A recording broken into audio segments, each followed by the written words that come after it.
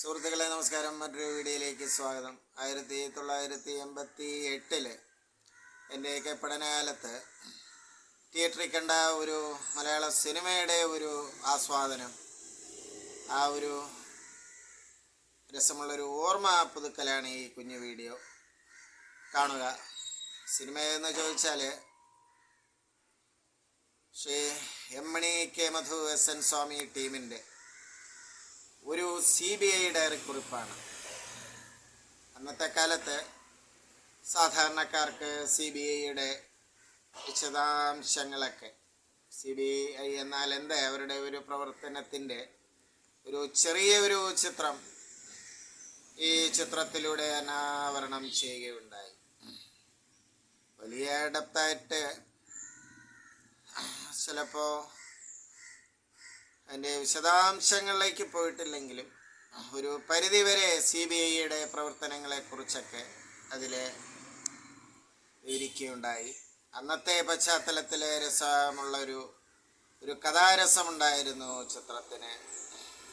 അതിൻ്റെ ആ ഒരു പേസ്, ആ എഡിറ്റിങ്ങിൻ്റെ ഒരു പേസ്, കാര്യങ്ങളൊക്കെ ഒരു കാഴ്ച സുഖമുണ്ടായിരുന്നു. മുമ്പ് CID നസീർ പോലുള്ള ചില ചിത്രങ്ങളൊക്കെ ഇറങ്ങിയിട്ടുണ്ടെന്ന് കേട്ടിട്ടുണ്ട്. എങ്കിൽ പോലും അത് ആ പേരിലും ചില സംഭവങ്ങളിലും ചെറിയ ചില ഒരു കാഴ്ചക്കാരെ ക്യാച്ച് ചെയ്യാനാണ് ഈ നാമകരണം എന്ന് തോന്നുന്നു. ആ സിനിമകളെ കണ്ടിട്ടില്ല എങ്കിലും നമ്മുടെ മലയാളികൾക്ക് CBIയുടെ പ്രവർത്തന രീതികളെക്കുറിച്ചൊക്കെ ഒരു ചെറിയ രേഖാചിത്രം ഈ സിനിമയിലൂടെ കിട്ടുകയുണ്ടായി. രസമുള്ളൊരു കഥ, അത് ഈ ഭാവുകത്വങ്ങളോ അല്ലെങ്കിൽ ചിലപ്പോൾ അത് ഈ നേരിയ വിശ്വാസക്കുറവൊക്കെ ചിലപ്പോൾ കണ്ടേക്കാം. എങ്കിൽ പോലും അന്നത്തെ പശ്ചാത്തലത്തിൽ രസമുള്ളൊരു, എല്ലാ പ്രായക്കാർക്കും രസം തോന്നിയ ഒരു കഥാഖ്യാനമായിരുന്നു. ഇതേ ടീമിൻ്റെ തന്നെ, എമ്മണി കെ മധു എസ്.എൻ. സ്വാമി ടീമിൻ്റെ തന്നെ 20ാം നൂറ്റാണ്ട് വലിയ ഹിറ്റ് ആവുകയുണ്ടായി. ആ ചിത്രം ഞാൻ TV-യിൽ ഏതാനും കുറച്ച് ഭാഗം കണ്ടതേ ഓർമ്മയുള്ളൂ, തിയേറ്ററിൽ കണ്ടിട്ടില്ല. പരസ്യത്തിൽ തന്നെ ആ ഒരു ഒറ്റ വരിയിലാണ് നിർമ്മാതാവിൻ്റെയും സംവിധായകൻ്റെയും എഴുത്തുകാരൻ്റെയും ആ പേര് ചേർത്തിട്ടുള്ളത്, ആ പബ്ലിസിറ്റി ഡിസൈൻ ചെയ്തിട്ടുള്ളത്. ശരിയാണ്, കാരണം 3 പേരും പ്രാധാന്യമുള്ള വ്യക്തികളാണ്. ഇപ്പോൾ നിർമ്മാതാവില്ലാതെ സിനിമയില്ല. സംവിധായകൻ്റെ ആ കഥാസ്വീകാര്യത്തിലെ ഒരു ടേസ്റ്റ്, അല്ലെങ്കിൽ എഴുത്തുകാരൻ്റെ ആ ഒരു രചനാരീതി, ഇതൊക്കെ ആ എമ്മണി കെ മധു എസ്.എൻ. സ്വാമി ആ ഒരു ടീമെന്ന് സാധാരണ പ്രേക്ഷകർക്കൊരു നേരിയ പ്രതീക്ഷ നൽകിയിരുന്നു. ഞാനും തിയേറ്ററിലാണ് 88 ഈ സിനിമ കാണുന്നത്.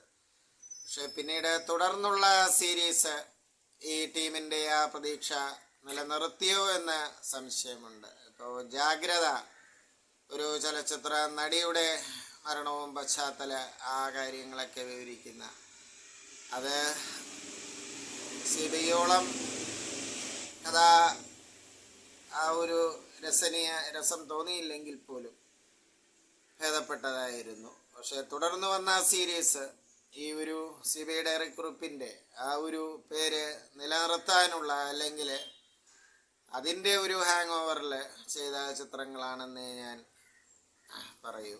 അത്രത്തോളം മറ്റ് സീരീസൊന്നും അത്രത്തോളം മികച്ചതായില്ല എന്ന് തോന്നുന്നു. ഏതായാലും അന്നത്തെ പശ്ചാത്തലത്തിലെ ഒരു CBI ഡയറി കുറിപ്പ് അതിൻ്റെ ആ നിർവഹണം കൊണ്ട് ഭേദപ്പെട്ടൊരു സിനിമയായിരുന്നു. ഈ ഒരു ആസ്വാദനം എൻ്റെ പ്രേക്ഷകരുമായിട്ട് പങ്കുവയ്ക്കാനാണ് ഞാൻ ഈ വീഡിയോയിലൂടെ ശ്രമിക്കുന്നത്. അന്ന് CBI അന്നത്തെ അക്കാലത്തൊക്കെ റേഡിയോയിലും ഇതിൻ്റെ ശബ്ദരേഖ കാസറ്റ് രൂപേണയും ഒക്കെ CBI പല ആവർത്തി ചായക്കടകളിലും വീടുകളിലുമൊക്കെ ഇട്ട് കേൾക്കാറുണ്ടായിരുന്നു. ഞാനും കേട്ടിട്ടുണ്ട്. അതിൻ്റെ ആ ശബ്ദരേഖയും ആ കാര്യങ്ങളുമൊക്കെ കേൾക്കാനും ഒരു റേഡിയോ നാടകം പോലെ ഇഷ്ടം തോന്നിയിരുന്നു. ഇപ്പോൾ സിനിമയെ സംബന്ധിച്ച്, ദൃശ്യമാധ്യമമായ സിനിമയെ സംബന്ധിച്ച് ശബ്ദരേഖയ്ക്ക് മാത്രം ഒരു നിലനിൽപ്പുണ്ടോ എന്നത് അത് വേറെ വിഷയം. എങ്കിലും ഇവിടെ സൂചിപ്പിച്ചു എന്നേ ഉള്ളൂ. വീണ്ടും എമ്മണി കെ മധു എസ് എൻ സ്വാമി ഈ ഒരു ടീമിന് ഒരു കളി ആസ്വാദകൻ എന്ന നിലയിൽ ഒരു സ്നേഹവും നന്ദിയും പ്രകടിപ്പിക്കുന്നു. നമസ്കാരം.